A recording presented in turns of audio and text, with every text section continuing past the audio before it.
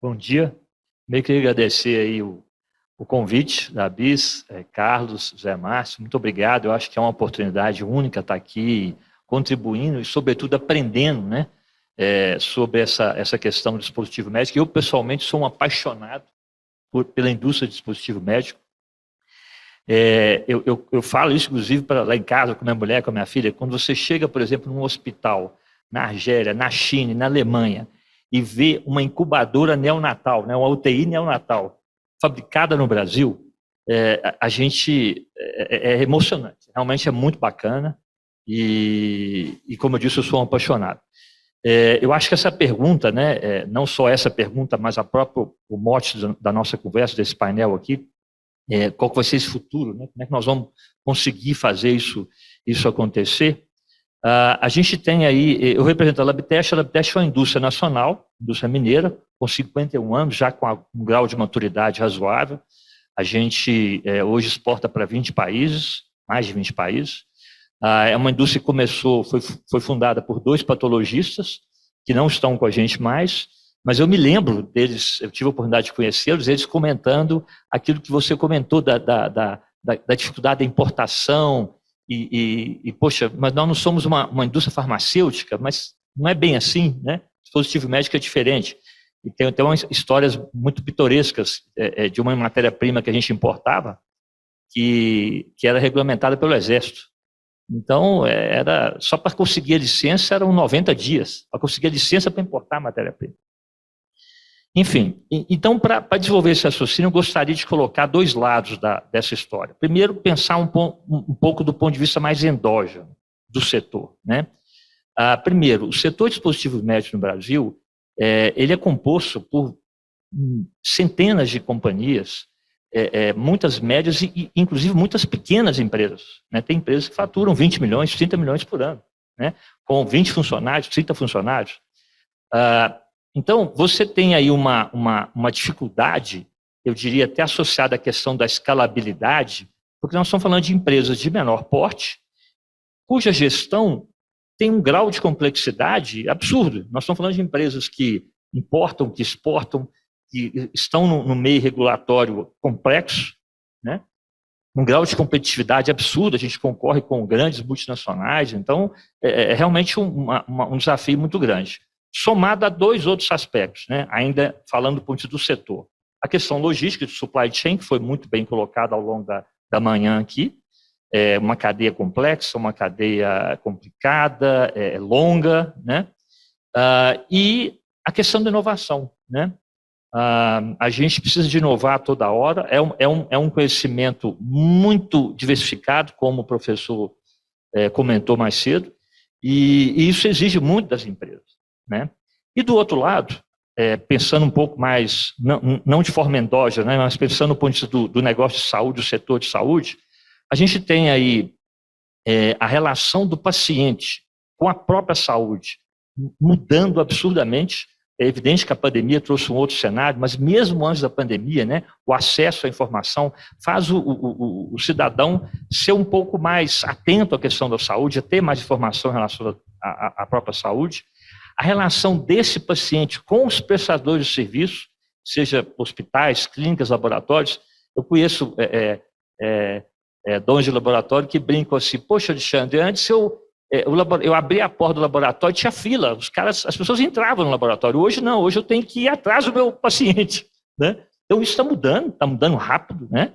E ainda bem que está mudando, porque eu acho que isso é evolução, isso faz parte mas claro que traz uma conjuntura completamente diferente. Então esse é um lado.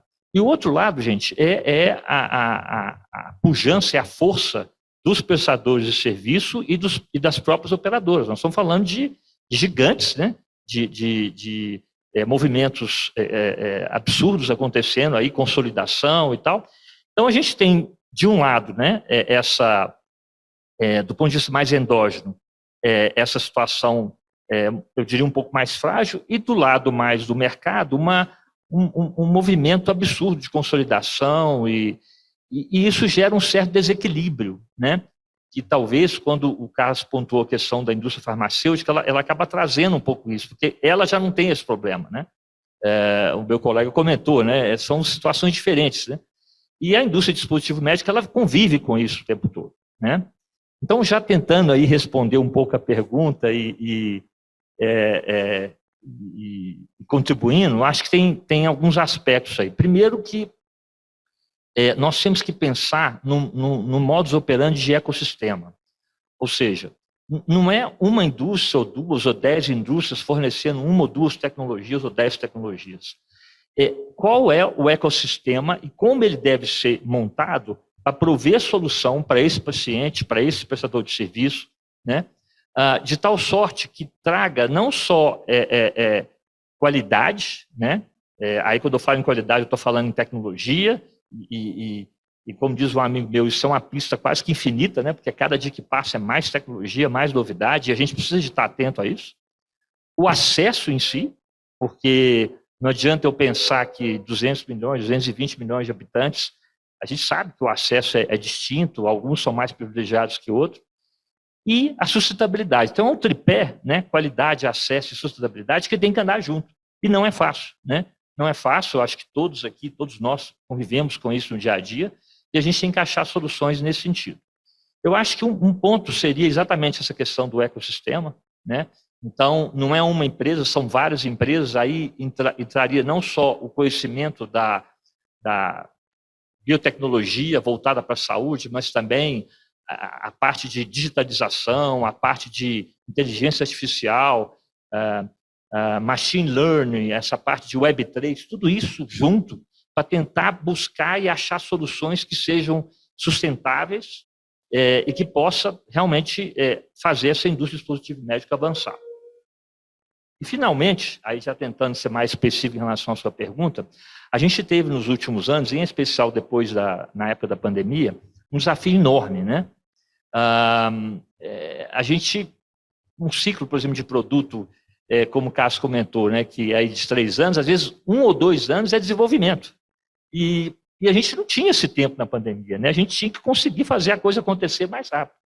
E aí eu gostaria até de abrir um parênteses aqui, o Augusto e a Daniela estiveram aqui mais cedo. A gente, como regulado, a gente precisa também de reconhecer quando o regulador, né, como órgão, quando a agência reguladora, tanto a Anvisa quanto a ANS, eles fizeram um trabalho excepcional. É admirável. A gente tem muito contato com gente de fora, né, parceiros nossos, fornecedores, e eles sempre perguntam, poxa vida, mas como é que é lá no Brasil a parte regulatória, a Anvisa, é complicado. E hoje a gente tem orgulho de dizer, não, a agência reguladora nossa, a gente considera ela bem mais ágil hoje. Eu estou há 23 anos no setor. Eu me lembro como era no início. Hoje mudou absurdamente. E a fala que a gente escutou aqui hoje da Daniela e do Augusto mostra isso, né? Quer dizer, isso realmente está acontecendo e isso é muito legal. Acho que a gente, como regulado, tem que aproveitar a oportunidade e comentar isso. E aí acho que a solução passa por essa montagem de ecossistemas e a interface para a parte de inovação, a interface da academia para a indústria, que o professor comentou mais cedo, o que a gente conseguiu fazer nesse curto espaço de tempo foi, através de aceleradoras, hubs de tecnologia, parques tecnológicos, startups, conseguir fazer com que o gap entre a solução inovadora que a academia oferece e o que a indústria põe na prateleira para virar nota fiscal, né? Esse gap, que é grande, não é fácil, e às vezes para a indústria é muito difícil ela assumir o papel e o risco de fazer essa trajetória aí, isso implica em muita energia, muito recurso. Às vezes um ecossistema com startups, com hubs biotecnológicos, com entidades de classe, pode ajudar absurdamente. Então, acho que a solução passa por isso, né, para fazer essa ponte aí entre a academia, porque querer que a academia também avance muito é difícil, e para a indústria, às vezes, em especial a indústria de dispositivo médico, que não é tão de grande porte assim, andar um pouco para trás também é complexo, porque o risco é muito alto, né? Então, acho que se a gente conseguir montar esses ecossistemas, a gente pode ter sucessos bem significativos. Isso aconteceu com a gente na pandemia, isso aconteceu com outras indústrias de dispositivos médicos próximas a nós lá, e foi muito gratificante ver isso. Bom, espero ter conseguido responder, estou à disposição. Muito obrigado mais uma vez. Obrigado, Alexandre. Respondeu sim, eu acho que a gente tem que começar a sair, né? Como eu falei antes, fiz uma brincadeira do Veja Bem para o efetivo, né? Para realmente as coisas acontecerem. Eu só queria complementar um pouquinho a fala do Ronaldo, eu acabei deixando de lado, dizer que medicamentos andam porque as pessoas conhecem, né? Nós, modestamente, na nossa entidade lá, que faz parte da BIS, criamos esse ano uma campanha tentando mostrar para a população em si o que é dispositivo médico, a importância do dispositivo médico. Então, todo mundo vai ter teria exemplos para citar de pessoas que nem sabem o que está dentro do corpo, literalmente, dela. Em compensação, sabe o nome do medicamento, sabe o nome do médico, o hospital fez a cirurgia, sabe todo o detalhe, menos que ele tenha um dispositivo com ele. Se for temporário ou não, não interessa. Então, a gente começou uma campanha simples, mas com a intenção de mostrar a importância que é o nosso setor. Bom, eu tinha feito um acordo com o senador, não sei se chama de senador ou de ministro, no começo da fala, né, e para nós é importante porque nós temos, afinal, aqui uma pessoa que ele participou lá do Poder Executivo e agora como Legislativo, e até tinha feito uma proposta para ele de deixar as pessoas falarem e ele ficasse para ser o último, para fechar o nosso evento aqui, para que ele também acompanhasse um pouco mais e visse, né, o ponto de vista de cada um. E aí eu queria deixar uma pergunta para o senhor também, senador.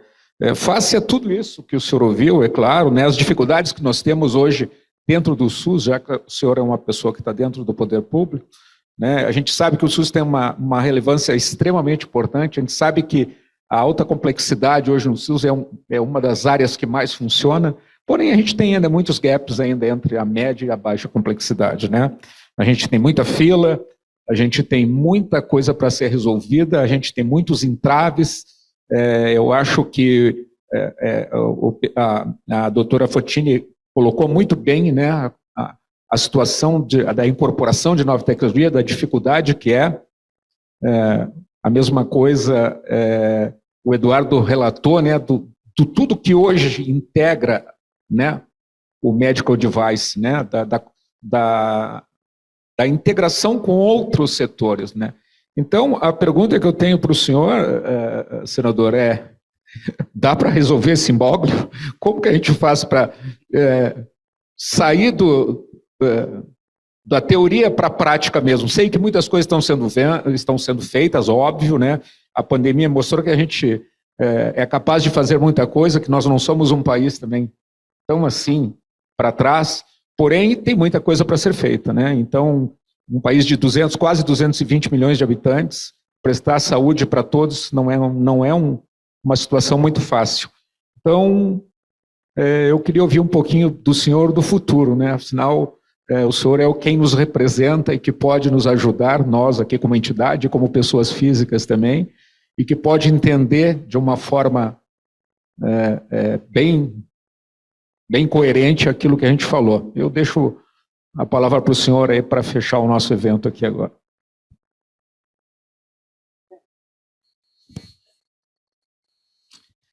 Bem, inicialmente eu queria agradecer o convite da BIS para estar aqui participando dessa roda de conversa muito interessante, muito enriquecedora.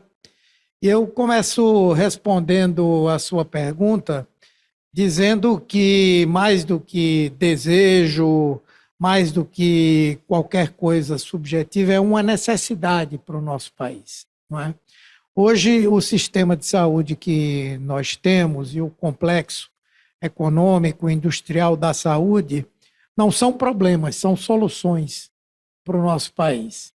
E nós temos procurado, eu aqui falo a partir de discussões que temos realizado com os partidos que compõem a aliança que dá sustentação à campanha do presidente Lula, mas também conversamos com setores empresariais, temos inclusive uma previsão de uma reunião breve do presidente com todo o setor empresarial na área da saúde, mas também com setores acadêmicos, com diversos outros segmentos, e que parece que há uma pauta única no país inteiro. Todos os pontos são praticamente pontos de consenso.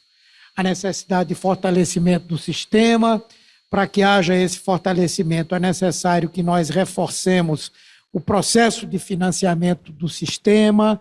Isso significa nós rediscutirmos a política tributária no nosso país, a política fiscal, e nós temos a necessidade urgente de que o Brasil possa retomar o seu crescimento econômico, gerar emprego, gerar renda e, com isso, reduzir as desigualdades importantes que nós temos. Então, encontrar um ponto em que o sistema funcione bem e que ele seja um dos mecanismos de geração desse desenvolvimento é uma questão crucial. É aí onde se coloca o debate não somente sobre o setor dos dispositivos médicos, mas do complexo econômico de um modo geral. É um consenso. Nós conversamos com secretários municipais, secretários estaduais, academia, a Conferência Popular. Em todas as propostas de ações está lá a necessidade de fortalecimento desse complexo industrial na área da saúde. Não somente porque nós já vivemos a experiência agora, todos aqui falaram do que nós passamos durante a pandemia, mas é porque é um segmento que pode rapidamente ajudar nesse processo de crescimento econômico e desenvolvimento do nosso país. Afinal de contas, saúde representa algo em torno de 9%, 10% do PIB, isso não é pouco, é muito, não é? A saúde representa 10% dos empregos formais que nós temos no país, formais e qualificados, não é? E nós temos um sistema público que é, em termos relativos, o maior do mundo, né? Em termos absolutos, o maior do mundo, não é? E que precisa de investimentos importantes e que, a partir desses investimentos, de um papel que o Estado possa atuar como indutor desse desenvolvimento, nós avançarmos e termos respostas importantes, né?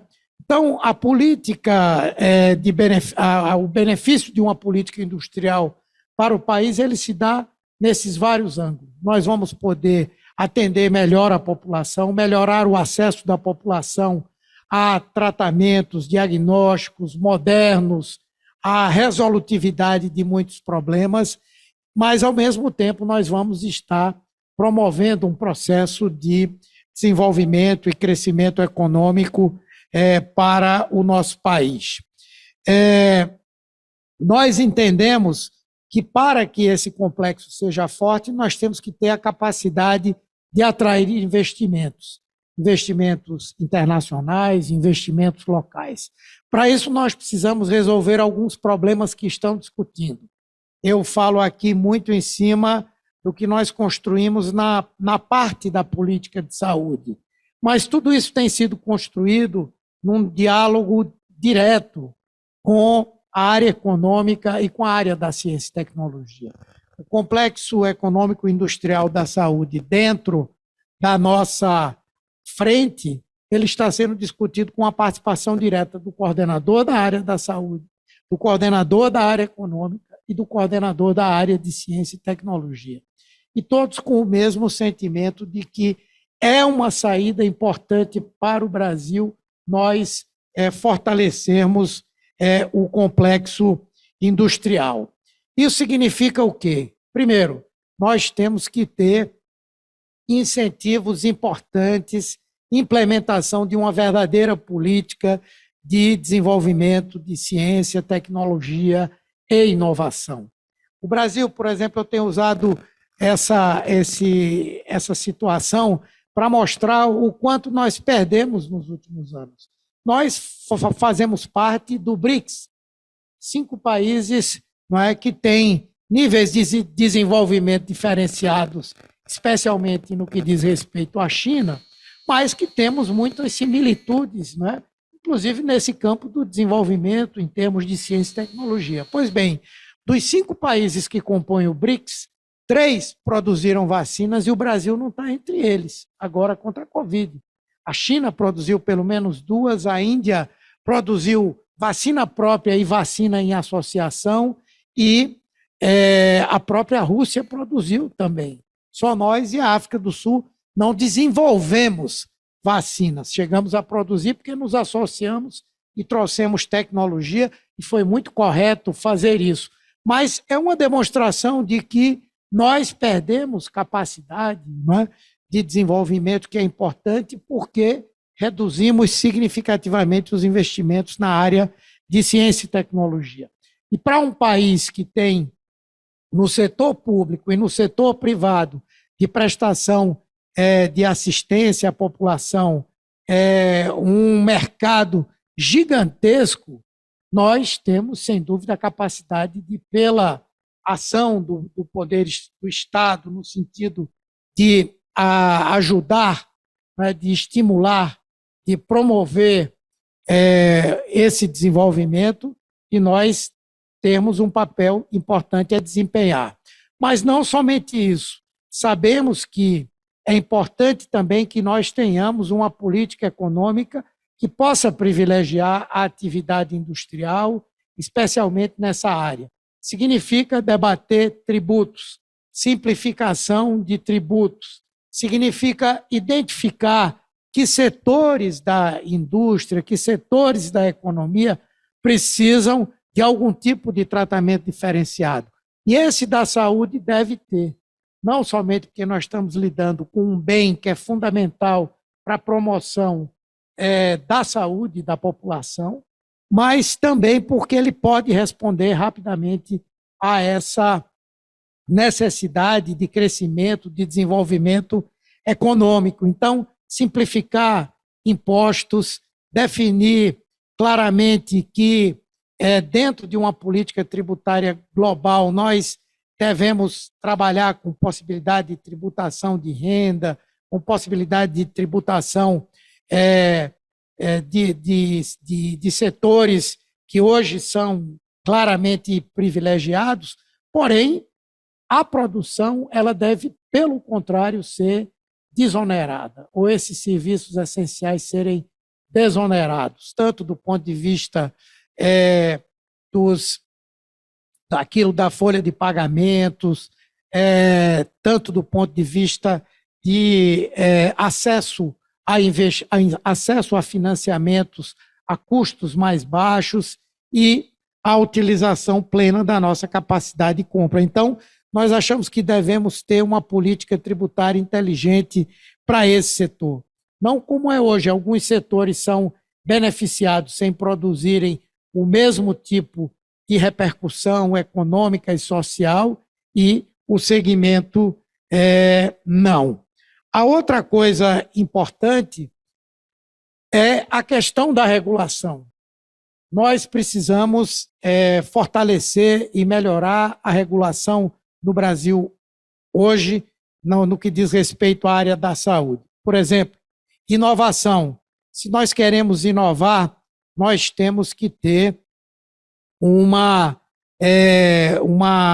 política, por exemplo, no que diz respeito à concessão de patentes, ao registro de patentes, que seja muito mais ágil do que é hoje.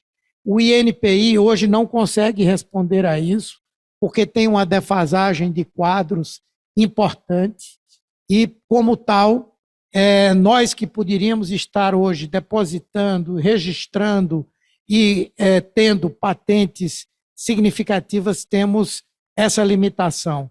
Assim como do ponto de vista legal, nós temos que discutir aí uma discussão que passa pelo Executivo, mas passa também pelo Congresso Nacional, e que trata desse tema das patentes, para que nós possamos ter segurança jurídica para aqueles que vão investir e, ao mesmo tempo, estimular esse investimento na inovação. A outra coisa importante, aqui foi falado, o reconhecimento que a Anvisa tem em termos internacionais hoje. Ela participa de instituições que atuam diretamente na fiscalização das boas práticas, não é? de fabricação de bens na área da saúde, ela participa de instituições que definem normas para que essa regulação se dê, e, no entanto, a Anvisa é hoje uma empresa, uma instituição, uma agência que tem um quadro de pessoal extremamente limitado. É verdade que nós já avançamos muito nos prazos, isso foi uma luta muito grande, mas nós podemos ser muito mais efetivos, podemos adotar aquilo que agora na pandemia quebrou muitas resistências, do reconhecimento recíproco de agências de países que a gente sabe que desenvolvem boas práticas, que têm uma regulação dura. Temos que ver em que é que nós podemos trabalhar isso. Para o setor de dispositivos é fundamental, nós podemos trabalhar uma ação mais rápida para esse reconhecimento e esse registro, e também do ponto de vista da própria ANS, que também tem hoje um déficit de pessoal importante, precisando avançar com algumas reposições de profissionais e atualizações do ponto de vista da legislação. Por último, eu entendo que a política que nós queremos desenvolver, do ponto de vista de fortalecer a prestação da assistência à população, de fortalecimento da atenção básica, de criação e fortalecimento de redes de atenção na área da média complexidade, passa fortemente por algumas ações que têm tudo a ver com esse segmento. Por exemplo, a pandemia ela foi profundamente maléfica para muitas coisas, mas é nessas situações de dificuldades que nós também aprendemos coisas importantes. Primeiro, o SUS, ele hoje tem uma visibilidade e uma visão da sociedade sobre ele que conseguiu-se muito mais nesse espaço de tempo curto do que em anos que o Ministério tenta passar o que é o SUS, a grandeza que ele tem. O vivenciar essa situação foi importante. Hoje já há algumas vozes que vocalizam, não é, a necessidade de que esse sistema seja fortalecido. Então, nós temos, sem dúvida, hoje, maior capacidade de reivindicar mais recursos para o Sistema Único de Saúde. Hoje, eu vejo muita gente que falava que saúde era meramente gasto, que era ralo, hoje falar que é investimento importante. Isso é uma questão significativa. E isso significa que nós vamos precisar adquirir, não é, uma competência, uma capacidade, equipamentos, enfim, para melhorar essa prestação de assistência. Por outro lado, alguns outros tabus foram quebrados. Por exemplo, não há como nós melhorarmos o acesso das pessoas à atenção básica, à atenção especializada, se nós não tivermos um forte sistema de digitalização do Sistema Único de Saúde. E aí nós dialogamos novamente com esse setor. Então, são essas as nossas visões gerais. Nós elaboramos um programa enxuto, porém bastante marcado pelo consenso, e pretendemos desdobrar isso, em caso da vitória do presidente Lula, num plano de ação que será construído a muitas mãos, inclusive com os setores na área privada que desempenham um papel fundamental na área de saúde. Espero ter respondido a sua preocupação. Respondeu sim, senador. E, inclusive, eu sou obrigado a dizer que o senhor, acho que conseguiu fazer um diagnóstico perfeito do que a nossa área precisa hoje. Né? O senhor conseguiu definir, e isso está bem colocado na sua fala, o senhor tem claro as nossas necessidades. Então, aquilo que eu falei, que eu acho que talvez agora tudo isso tenha nos ensinado de uma forma, até posso dizer, um pouco mais trágica, o evento da Covid, né, o evento da pandemia, mas da importância que nós, como setor, somos. Nós não somos gastos. Nós não gastamos o dinheiro da nação. Nós investimos no nosso país. Então, essa é a grande diferença que eu acho. E eu fico muito contente de ouvir isso do senhor. A gente sabe que vai ter um apoio, aliás, isso em todos os eventos que eu estive, que o senhor estava junto, demonstrou esse conhecimento da área. Então, para nós é importante ouvir isso, né? Para nós é importante sairmos daqui com esse consenso. E se eu pudesse dar uma sugestão, acho que o senhor falou agora no final, em fazer um trabalho a muitas mãos. Essa seria a minha sugestão. Se criasse um grupo de trabalho onde a indústria estivesse junto, onde a parte hospitalar estivesse junto, onde a comunidade médica estivesse junto. Só dessa forma nós conseguimos chegar a um consenso. Se nós deixarmos de cada um puxar a brasa para o seu assado, né, a comunidade da saúde como um todo estivesse presente numa conversa junto, talvez aí muita coisa seja desanuviada, né, venha andar. Então, eu só tenho a agradecer a sua presença aqui conosco, agradecer também a doutora Fotini, que está nos ouvindo, agradecer o Eduardo, o Ronaldo, o Alexandre. Para mim foi uma honra, mais uma vez, estar aqui com vocês, e eu quero deixar uma sugestão para o Zé Márcio, que é criar webinars, tá, José? Porque o assunto é muito diverso, ele é muito grande, ele é muito complexo, então não dá para ouvir o Eduardo 5 minutos, a doutora Fotini outros 10, o senador outros 10 e assim vai, o Ronaldo. Então acho que aqui tem um grupo que consegue, né, claro, junto com o restante, o pessoal da Anvisa, todos os demais que falaram hoje de manhã, juntar essa turma tudo, talvez seja aí o começo de fazer alguma coisa a muitas mãos, senador. Tá bom? Obrigado.